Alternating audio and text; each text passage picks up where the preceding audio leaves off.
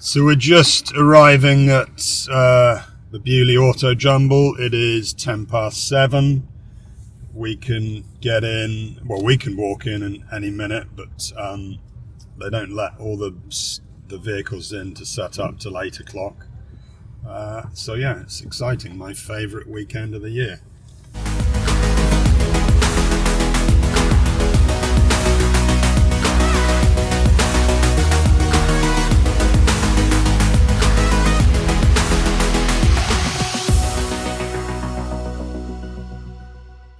We're heading to my friends at Elmo Books for a bacon sandwich.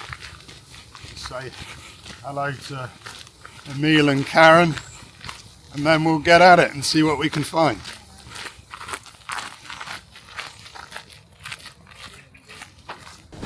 So this is where Elmo Books are based. Morning. We heard you before. How are you? We're doing a YouTube video. Hello YouTube. This is Emil. Emil and Karen look after me really well. How are you?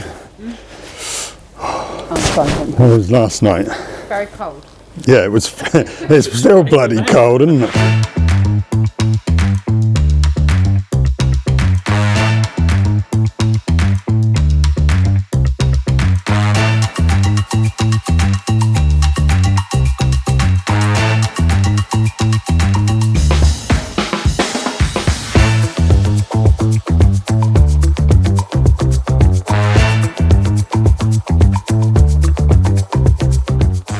So as you can see, you can literally buy anything at Beaulieu. So here we have an MGB rolling chassis and a midget body and some steering wheels here. But it's getting close to when they let everyone in, so I'm waiting with bated breath.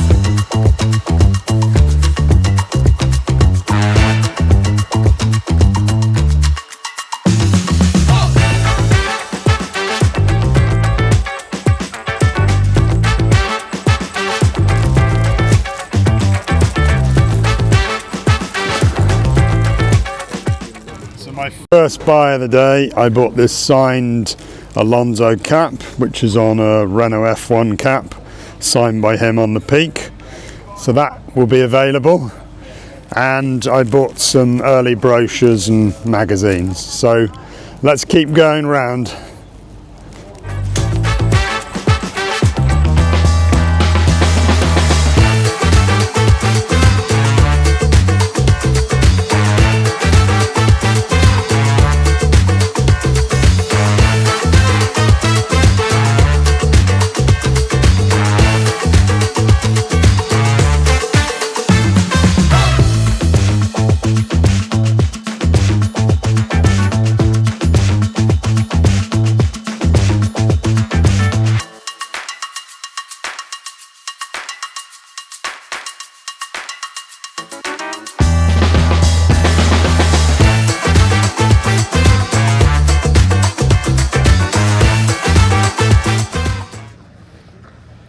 $10 o'clock and I'm already feverishly buying.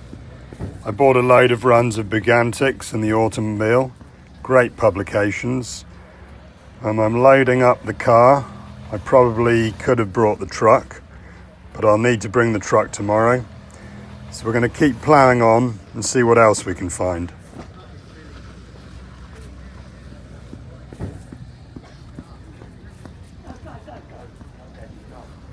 Books as well. A very nice Rembrandt Bugatti book you don't see very often. This is incredibly rare.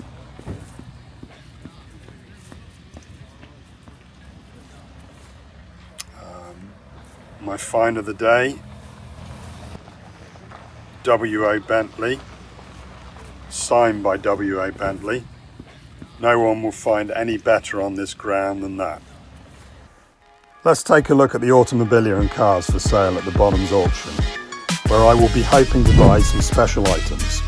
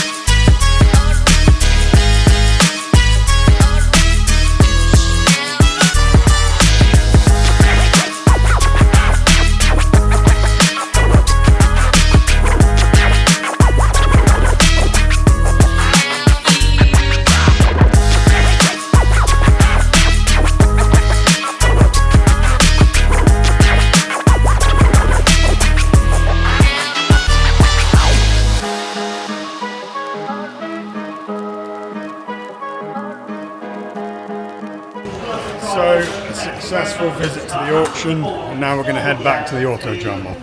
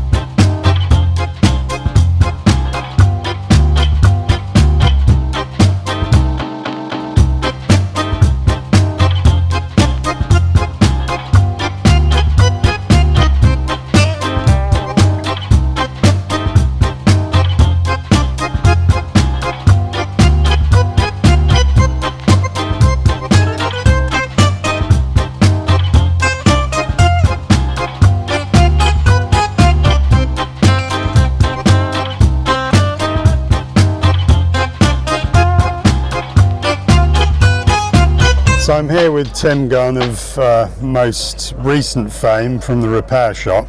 Is this your first time exhibiting at Beaulieu? No, I've been coming to Beaulieu probably since I was about 17, which is quite a number of years back now.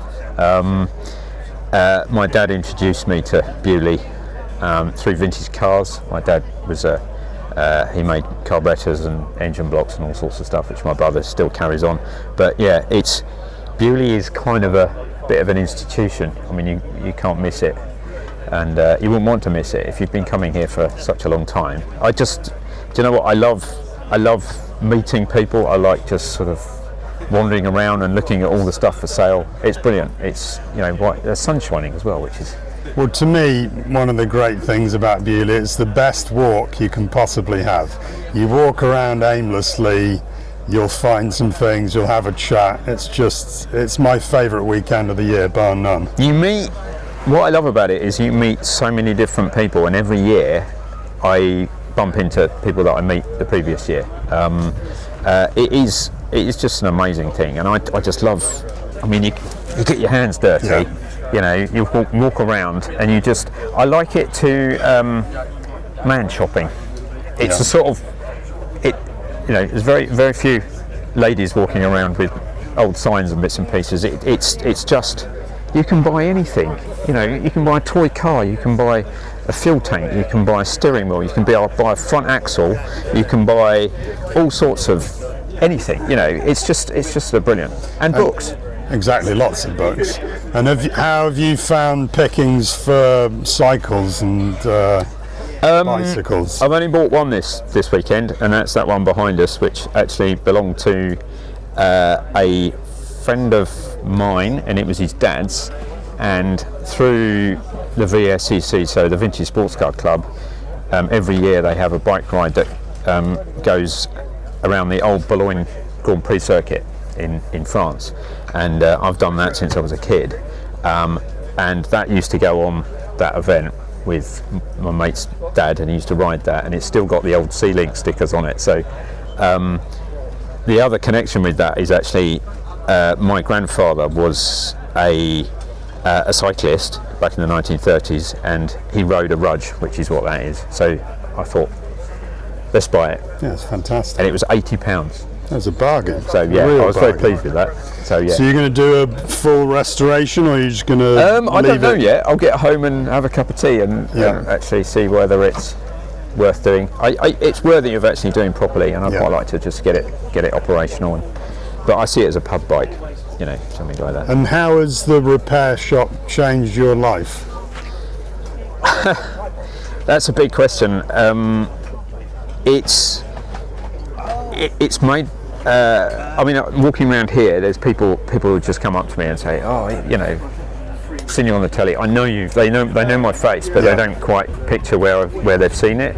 Obviously, being on the telly is it's an amazing experience. But I don't know. It's changed it in a way that it's brought me customers. So what it's done is it's made people who aren't enthusiasts see someone like me do what I do, and put it out there in front of the general public.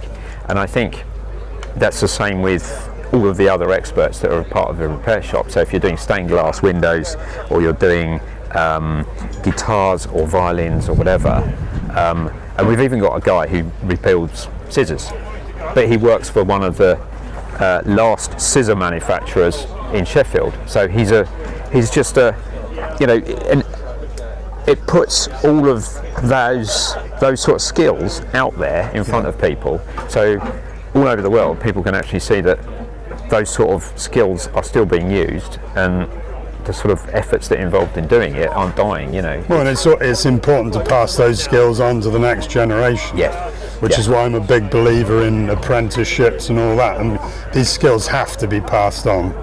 Absolutely. And it's, you know, I very much link the feeling I get watching the repair shop to the feeling I get when I come to the Beaulieu Autojumble, being surrounded by older things that have a history, and it's just... It is superb. I mean, it's just, I don't know, it's just you meet so many different characters here, you really do, and you can, I don't know, it's just like, it is just like, I suppose it's like the repair shop. There's people that are making things, there's people that are rebuilding things, and they all bring them here, and they show those products or things to people from all over the country, and it's just I don't know, it's like a big shop front. Yeah.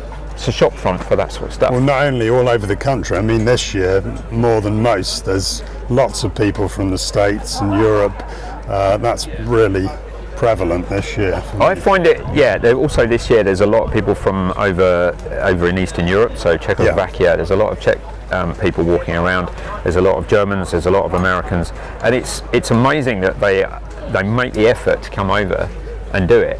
What with, you know, today's sort of, you know, climate, financial climate, and also, you know, you've got COVID, you've got Brexit, you've got all of those sort of barriers that were put in front of people, but they're still making the effort. Well, I think that's people involved in vintage items. We always can get through to the other side, can't we? There's always a way, and that's what's great about this community. Yeah. Well, thank you for your time. Real pleasure to see you. No. And see you next year, hopefully. Yeah. I'll bring the sun as well. Yes, again please. Next year. Yes, all right? please. So it's late afternoon here, and I think I've just about earned a beer.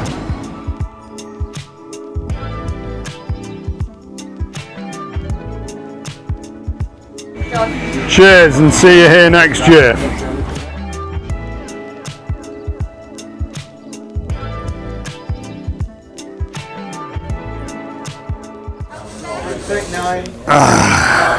Well, we'll end this episode where we started it, on Elmo Books, and I can't thank Karen and Emil enough for their hospitality. Don't forget to like and subscribe my channel and follow me on socials. Cheers.